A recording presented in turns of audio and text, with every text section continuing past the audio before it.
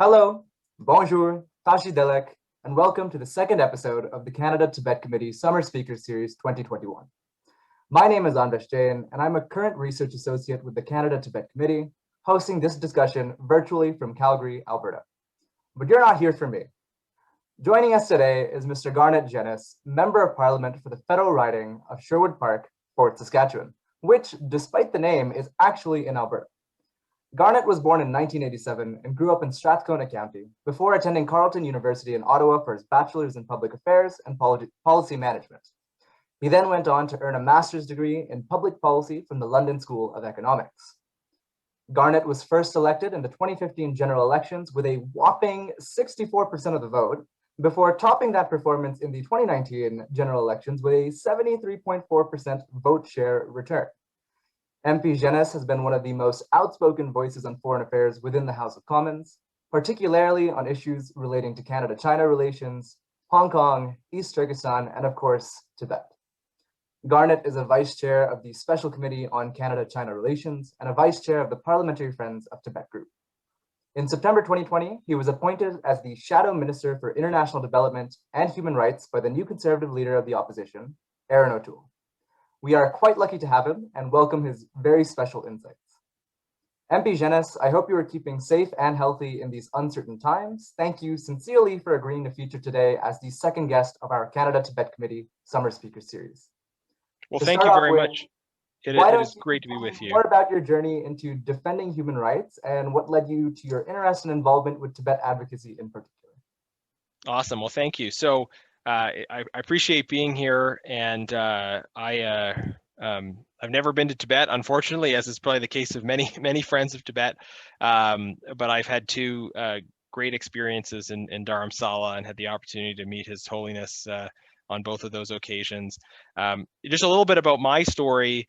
My grandmother was a Holocaust survivor, and this was part of my upbringing, being aware of her experience and of her family's experiences as victims of this horrific injustice, and coming away just from that upbringing with an appreciation of my obligation to try to speak for people who are today in the kind of situation that she was at that time.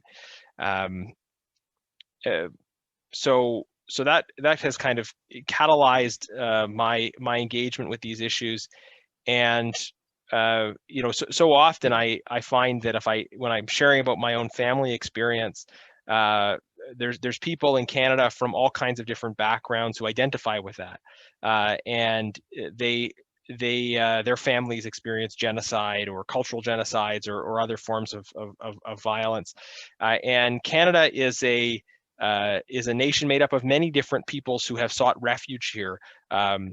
People have immigrated to Canada for lots of different reasons, some of them economic, but many immigrants have come to Canada from an experience of injustice or persecution. And those of us who are children of these atrocities kind of come together with other allies, of course, in calling on our government to magnify our voices and to speak for justice and universal human dignity around the world. Shortly after getting elected, I traveled to India, and there's a bit of kind of mix of opportunity and interest. My wife's family, we were visiting her sister in Dubai, and I was kind of looking at saying, could I hop away from the family vacation for a little bit and just spend some time somewhere else, given that we were already on the other side of the world. And so I went to New Delhi for a few days and spoke in a number of universities. I visited the Golden Temple, very important, of course, for the Sikh community in Canada. And I was kind of just looking around regionally, and then I said, well, why don't we go to Dharamsala? And I hadn't even been that involved in Tibet advocacy at the time, but I thought this will be interesting. And so I spent 2 days in Dharamsala and had an opportunity to meet with His Holiness. I was very generous with his time. the conversation very much left an impression on me because of his sort of hopefulness and kindness, and that stuck with me ever since, especially in the context of looking at other human rights challenges around the world. The Tibetan struggle is important in its own right as in the pursuit of justice for the Tibetan people. But I often also find myself thinking when I encounter other people groups who are talking about or seeking redress for injustices that they have experienced, about how you should talk to the Tibetans and see what they're doing, because the nature of the Tibetan struggle, the emphasis on grace and nonviolence, and a willingness to compromise in political arrangements, but also a firm but generous insistence on justice. There was no ill will towards China or the Chinese people in the Dalai Lama's presentation. It was a desire for reconciliation, and that inspired me in a deep way. I'm a Christian myself, coming from a Christian tradition, and seeing what I perceived as my own faith tradition very much lived out in a different religious context. It was a very, very powerful, and that sort of spurred me to become actively involved in the cause, and I've continued to be involved ever since. I'm really glad you mentioned some of the things you did, because with the advanced age of His Holiness the Dalai Lama, there is a growing sense of urgency among many Tibetans to resolve the Sino-Tibetan conflict. Now, last year, you introduced a motion calling for Canada to support the process of Sino-Tibetan dialogue in the Canada-China Committee, and it eventually got approved unanimously in committee. But in more recent news, just a couple of days ago, that same motion did not receive unanimous consent in the House of Commons, and despite strong cross-party support, was blocked by the Liberals. Had it passed, it would have been the first motion on Tibet in our House of Commons in over 13 years. Could you talk to us about the significance of that motion and why you think it didn't pass? Yeah, I mean, I think it's always important for our parliament to be speaking clearly on these issues, and it was sad to see the Liberals block it. I think sometimes on human rights issues, you see this tension between what the government is doing and what Parliament is doing. And we saw this with the Uyghur genocide as well, where Parliament and even some individual backbench members of the Liberal caucus, were very engaged on pushing something forward, but the government didn't want to take that position. And so on the Uyghur genocide, you had the government abstaining. In the case of the Tibet motion, you had Liberal members supported at committee, but then likely on the direction of the government, you had one of the Liberals saying no to the unanimous consent motion. I think it's because sometimes the government is fine with letting individual MPs, even in their own caucus, kind of do what they see as politically advantageous, which is express concern for these human rights issues. But when the rubber really hits the road, they don't want to actually do anything. And so I think people in the Tibetan community and other communities, when it comes to human rights issues, they need to demand better from the government, which means saying, like, our support depends not just on what the local MP does or says, but on whether government policy is going to move these issues forward. And I think the work we do through the Parliamentary Friends of Tibet is important, of course, but I think we also have to recognize that it can't just be about friendship and supporting culture, and it has to go beyond that into a real commitment to political action, confronting the violence of the Chinese Communist Party. And of course, confronting that in a spirit of grace and love and seeking reconciliation, of course, as we talked about. But if we're not willing to make the Chinese Communist Party angry, at least some of the time, then we're always going to be hanging back from taking the kinds of strong stands that maybe we need to take to actually move these issues forward. So I do see that distinction between what some parliamentarians are doing and what the government is doing. And people don't vote directly for a government. They vote for parliamentarians. So when they vote for parliamentarians, they need to ask them not only about will you participate in some of these Tibetan activities, but will you go further and actually push for changes in government policy? And when it comes to human rights and foreign affairs, it does ultimately come down to what the government does. It comes down to whether Canadian representatives around the world, in China, but also at the United Nations and the various human rights bodies, are they talking about these issues? Are they prioritizing these issues? Because we've had other cases where Parliament has passed a motion and then nothing's happened on it. So on a issue of human rights in Sri Lanka, at the end of the last Parliament, there was a unanimous motion that passed, and it reflected the political advocacy of the Tamil community. But since then, the government has done nothing with that motion. It was a motion calling for certain action to be taken at the UN, and the government has not taken that motion to the UN and used it as a basis for advocacy. So we have this problem. I think you see it on a number of fronts where there's a disconnect between Parliament and the government. But that is a function of right now having a Liberal government that I would argue does not listen to or respect the role of Parliament, and doesn't always take seriously a motion might pass in Parliament, but then they just choose to ignore it. Yeah, very well articulated. Moving on to some of your work in Parliament dating back over the past few years, as well as going over some of the very specific ways that you've intersected with the global Tibet movement since your election to the House of Commons in 2015. You're a vice chair of the Parliamentary Friends of Tibet group, and I've been told that you visited Dharamshala in India at least twice, once in 2016 and once again in 2019, as you've mentioned. The latter time as part of a bipartisan delegation invited on the occasion of the 60th anniversary of the Tibetan National Uprising Day. I know you have a little bit already, but why don't you share with me some more of your memories from these trips, interacting with members of the Central Tibetan Administration, as well as your meetings with His Holiness the Dalai Lama himself. What are some of your observations and your experiences?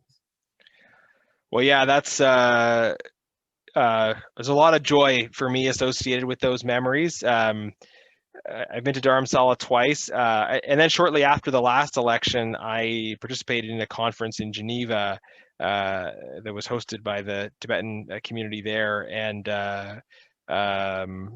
Lobsang Sangay was there, although His Holiness the Dalai Lama was not. And that third trip, although it wasn't to Dharamsala, was particularly special because I was able to bring my wife with me, and she was able to kind of see some of the engagement of what I do, and we had just had another baby, so we brought our infant son. It was her and I and the baby, and the hospitality we experienced. I mean, this is Tibetan hospitality is incredible, and you know, there was always somebody else ready to carry the car seat with the baby, and it was and we just, you know, it's not always easy to bring a baby to a human rights conference, but we just felt so welcomed, and it was really wonderful for me to be able to share Tibetan culture that I had been experiencing with my wife, and the experiences in Dharamsala as well were incredible. The hospitality, the beauty of that place is just, because, I mean, for Canadians' benefit, you know, we have the Rocky Mountains here in Canada, which are beautiful. Yeah. But in Dharamsala area, people are living up the mountains to a much greater extent, right? You know, Banff and Canmore and Jasper, these towns are kind of in between the mountains, right? And then you can go on hikes up and things, right? Here you've got these narrow winding roads that go all the way up the mountains, and I remember just when I was, and I had been before. This is my second time. I was shown into my hotel room by someone, and I kind of, like, I sort of exclaimed, I almost yelped out of sort of amazement at the sheer beauty of the sight outside my window. And the person who brought me up said, "Is everything okay?" She wondered if there's, yeah, it's just so, it's incredible, like it, and I had. So anyways, I don't know if that's what you were going for with the question, but I mean, and the second time in particular, we also had the opportunity to interface with some people who had recently sought refuge, come out of Tibet, and hearing their stories as people who really had been shut off from some aspects of the sort of preservation of Tibetan culture that's able to happen outside, and yet this flame, these hopes were sort of being kept alive in their minds, and yet they were experiencing such terrible things under the occupation. seeing the schools, seeing the children, and it's funny too. As a parliamentarian, I don't always feel like I'm doing that much, but I have a platform that even doing very little gives people a lot of encouragement, and that is a real blessing. That putting forward a motion, making a statement here and there, it doesn't cost me anything, right? I'm happy to do it. But those little things that I can do in my position, when I just hear people that express significant gratitude and feel that it's having an impact, I mean, it's such an honor and a privilege to be able to help in what to me are small ways, but hopefully are making a difference.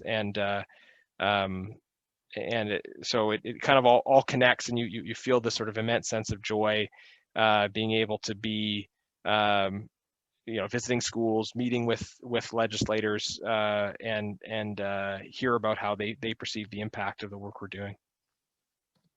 Thank you for sharing your experiences and your time with us today. Again, as you said, the small things, they do add up and they do matter. You're also a vice chair for the Special Committee on Canada-China Relations, which has received a significant amount of attention in media and government circles lately, especially given the increasingly growingly assertive nature of Chinese diplomacy, both around the world and as we're experiencing in our own country.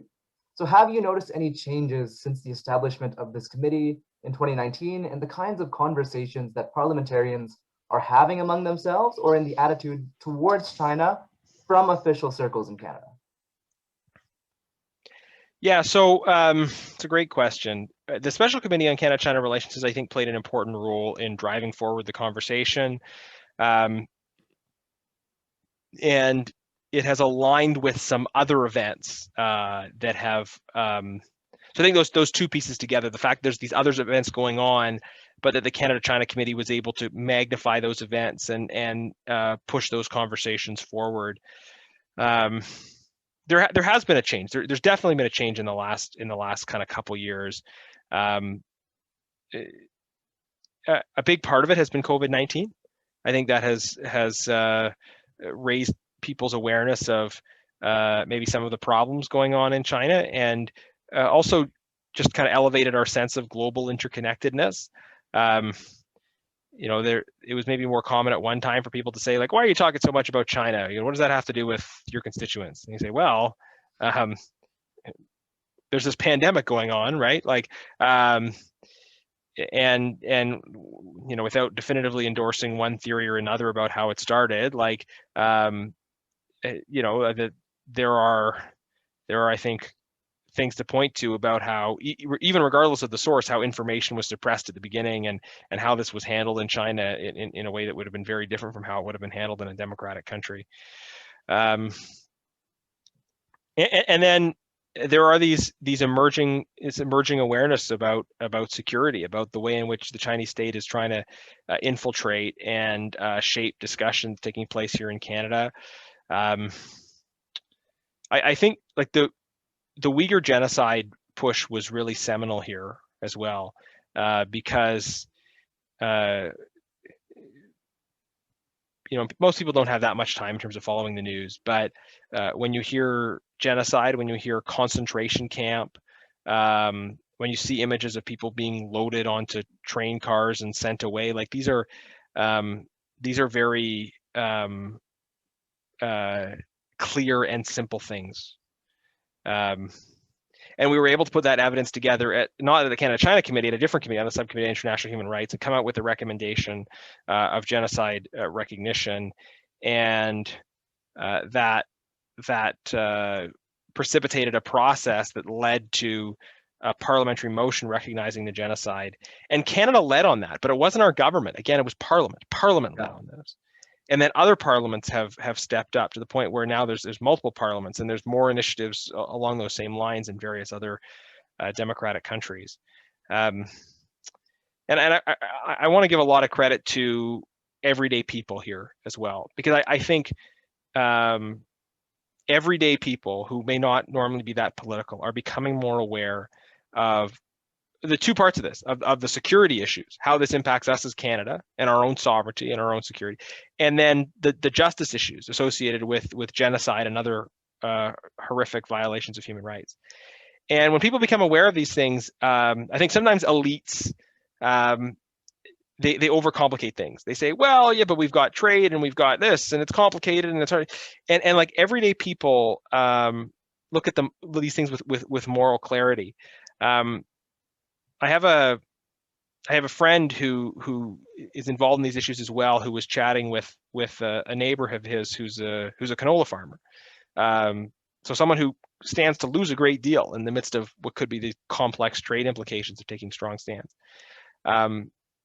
But this person had sort of become aware of some of the human rights abuses, and he said, you know what, I'll find other markets for my canola. You take the stands you need to take.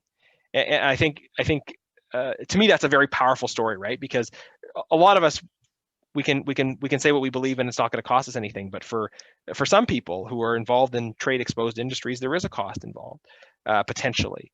And I think we need to be there alongside people that are in these sectors to say that if these stands we take together and we support each other through them. But I think everyday people see this with a moral clarity that sometimes our elites don't. And so all of these factors, the COVID issue, the genocide, the kind of popular awareness, it's put pressure on our Liberal government. And as a result of this, you've seen kind of a change in some of the tone and the rhetoric from the government. The problem is that hasn't actually resulted in many cases in policy change. So like where the rubber meets the road here, the government still has not said no to Huawei, right? They're still thinking about it, right? As if there's any doubt about the security risks associated with Huawei. We have the health minister still sort of talking about the potential benefits of research cooperation in a context where we're very much at risk of infiltration by Chinese military scientists. We have still the refusal of the government to recognize the Uyghur genocide or to change policies in a substantive or meaningful way around supply chain slavery. We're still importing products that are made by slave labor. So on all these sort of very concrete issues, the government doesn't want to support the motion regarding dialogue in the middle way. On all these issues, we're not seeing the concrete steps, even if we're seeing a sort of rhetorical toughening, right? It's easy to try to look tougher without actually taking policy positions that are strong and serious. And this is where I think there is momentum behind this position of recalibrating our approach to the government of China. But my challenge to those everyday people who are watching and who care about these issues is ask for more. Expect more of your leaders. If you have an MP from the government party who says, "Well, I voted for the Uyghur genocide recognition," say, "Well, that's great, but you run as part of a party that isn't acting on this, right? So push them to do more, push them to do better, because we need action by the government, not just changing rhetoric from parliamentarians, but we need action by the government." Thank you. Yeah, and I always say that, $1 off your toilet paper is not worth the value of a human life in a place like Xinjiang or elsewhere. Exactly. Yeah, and I've also heard a story, and correct me if this is an apocryphal tale, but you once visited China and asked Chinese officials for permission to go on to see Tibet. This permission was then subsequently denied on the basis of Tibet being, I think I'm quoting here, too cold to visit at this time of year. Is that really a true story? And if so, what was your reaction upon hearing that? It might be true, but I don't remember. So I was part of a delegation that went to Beijing for a couple of days, Foreign Affairs Committee delegation. And they talk about like the 5 poisons, right? Like Tibet, Tiananmen, Taiwan, Falun Gong, Uyghurs, like the things that they don't want to hear about, right? And I got through about 3 of them just in my first sentence, right? And I think in my introduction I identified my involvement with the Parliamentary Friends of Tibet, and I did talk about wanting to go. And I mean, I've heard that the temperature has been used as an excuse. I don't recall that specific interaction, but it was, I really appreciated the opportunity to be part of that delegation, because dialogue is valuable, right? And it gave me a better sense of what are the things they say and what are the things that I can say in response. You know, and there is a lot of this sort of invoking of China's ancient civilization and how things are different. And the thing is, like, I love China's ancient civilization. I just don't think it's represented by the Communist Party. Like and it's interesting. I think it's true of a lot of people that are really committed to justice and human rights in China. Like I read Confucius and get a lot out of him, right? And I think there those who really love China are those who are thinking about advancing human rights and protecting fundamental dignity. But it was good because I had just been reading some Confucius on the plane over, and I had a book still in my bag. So we were able to have a little bit of dialogue about, you know, well, China has this ancient civilization that's different from yours. It's like, well, but in your own seminal text, there are things that are said that are at odds with the way you're approaching these issues. So Yeah, that wasn't a direct answer to what you said. Your story might be correct, but I might have written about it somewhere and then just forgotten it. I see you made a very good use of your diplomatic immunity while you were in Beijing. Yeah. So well, on February 22nd, 2021, just a few short months ago, the Conservative Party led the charge in Parliament on a motion recognizing the genocide in East Turkestan against Uyghur Muslims being perpetrated by the Chinese Communist Party, as we've talked about a little bit in this interview already. That motion was unanimously supported by all except for the current Liberal government, who notably abstained from voting. That motion also called for the relocation of the Beijing 2022 Winter Olympics if the Chinese government's behavior continued.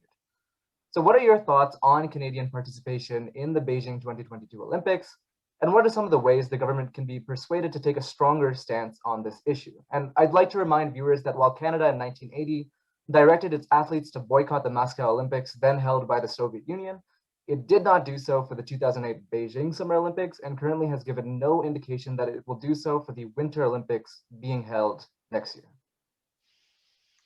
Yeah, no, so these are important questions. Obviously, we supported the amendment that added reference to the Olympics to the genocide motion, and we supported the motion, and that's to call for relocation. I mean, I think obviously that's the best option, right? When the Olympics could still go on in a different location, and it's you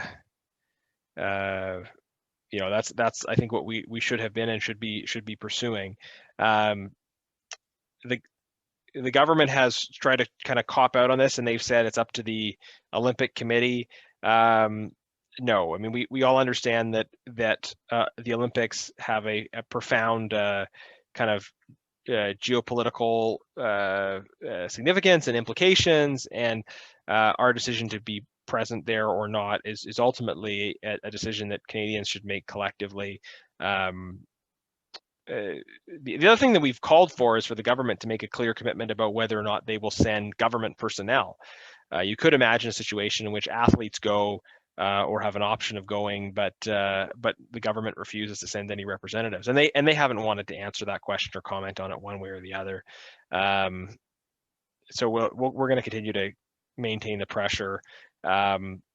But this is another one of those examples where they see the politics of it. They see that people are concerned about the human rights abuses that will be involved even in the carrying out of the Olympics. But they often, the current government has often just sort of flinched when it comes to really taking the critical action, and that's what's missing. What's missing is the kind of steely courage and determination to actually do the right things, not just try to look a certain way. So you don't think there's anything more Parliament or the opposition MPs can do at the moment on that issue? Well, we'll probably have an election before the Beijing Olympics, so without getting too partisan here, I mean, like any parliamentary motion. Unfortunately, this government has a track record of ignoring parliamentary motions, even ones that they are legally obliged to follow, such as requests for documents related to the Winnipeg lab issue. So this is unfortunately again the disconnect we see between Parliament and government, where the government is not listening to Parliament, and that's not how our system is supposed to work. But that's how it's been working under the last couple of years. Moving into my last set of questions here. I don't know how many MPs have done this, but you've actually published a book called The Fight for a Principled Foreign Policy, produced by Kiplington Press in October 2016. It features a compilation of speeches and commentary from your first year in Parliament. Given that now you are entering your 6th or 7th year as an MP, how has your concept of Canada's strategic philosophy changed or evolved? And where does Tibet fit into this vision for a principled foreign policy? Yeah, so thank you for mentioning that. The concept of a principled foreign policy, as I see it for Canada, is a commitment to always being on the side of justice and human rights for everyday people. And I think that is the right thing to do, but it's also a strategic advantage for us. That, okay, maybe that's going to put us at odds with certain governments at certain times. But we are in a stronger position strategically if everywhere in the world, everyday people who are seeking the protection of their fundamental rights can simply know that Canada is on their side. And that's kind of the inverse of the government of China's approach to the world. You see how they go around the world trying to kind of buy off elites and capture elites, but they're ultimately constrained by the fact that their approach is not popular with everyday people. I think we can have the opposite approach, which is being a country that is, because of its principles and its commitment to justice, is held in high esteem by everyday people everywhere. And that's not always 100% possible insofar as there may be tensions between communities, and it's hard for us to be. But if we're the party of justice for everyday people, I think that goes a long way. And where does Tibet fit into that? Well, obviously, standing up for justice for Tibet, taking clear, strong, principled positions with respect to Tibet is important. But also, I think maybe we can play some role in working with Tibetan leaders on magnifying the awareness of and the appreciation of the Tibetan approach to the advancement of justice. Let me just use one comparison, and this is maybe a little bit controversial, but why not? We had a recent hearing at the Foreign Affairs Committee about the situation in Israel and Palestine, and there's a lot of complexity in that situation. But one of the things that I think is really unfortunate is there have not been elections in the Palestinian territories, elections for those representatives. And the argument that some people use is, well, they can't have elections because the conditions are such that voting is difficult in certain areas, and there's Gaza and there's West Bank, and the conditions are not ideal for electoral participation. And I made the point, well, I mean, what about elections in the Central Tibetan Administration, right? I mean, there are lots of, Cyprus, Ireland, if every territorial aspiration had to be fully realized before you had democratic elections, then there's a lot of places that wouldn't be having them. But you look how even though Tibet is under occupation, you have the Tibetan community saying, we want to build democratic institutions, and do so in the areas we can within the diaspora. And those are an expression of our commitment to good governance and of our readiness. Right, we're going to outlast the oppressors, and we're going to be ready to come in and be there and govern ourselves when the time comes around. And the point I made in committee when we were talking about Palestinian elections was, if Tibetans can do it, then anybody can do it. And not to suggest it's easy, but I mean, I think Canada may be in a position to learn some of the lessons from the Tibetan struggle, and then apply them in other contexts as we try to build peace and advance justice. Well said. So my final question, and you've talked a little bit about this today, but worth reiterating. How can Tibetans better advocate for their cause and connect with parliamentarians like yourself or other members of Official Canada? And how can we develop these contacts between communities and between Canadians? Yeah, so great question, and thanks again for the opportunity to share a bit today. There is a Tibetan internship program that's run on Parliament Hill, and my office has participated in it. It's a great program where Tibetan young people have the opportunity to come into staff roles and learn about the process, and it's led to some people taking on sort of permanent staff roles on the Hill, there's many examples now of young Tibetans in prominent positions on the Hill. I think it very clearly, and the internship is a part of it. There's other factors. Maybe the Tibetan community really punches above its weight in terms of just being present in influential positions in Ottawa. So I mean, I think maybe there's two different ways of looking at it. There's the path of people that are interested in full-time political work, and then there's the path of people who want to work in other areas but simply want to be active, engaged citizens. So for those that are interested in that path of full-time work and maybe have the flexibility to move to Ottawa or somewhere else, I think there's a lot of opportunities there. There's that internship, but there's other internships. You know, my office is always on the lookout for interns, people that want to come in as volunteers or as kind of entry-level interns, and Canadian politics is very accessible to people that are interested in working and running for office as well. There are so many people in Parliament who were not born in Canada, people from various immigrant communities who potentially came to Canada with very little in terms of resources or money, and are now members of Parliament. And so that applies to any community.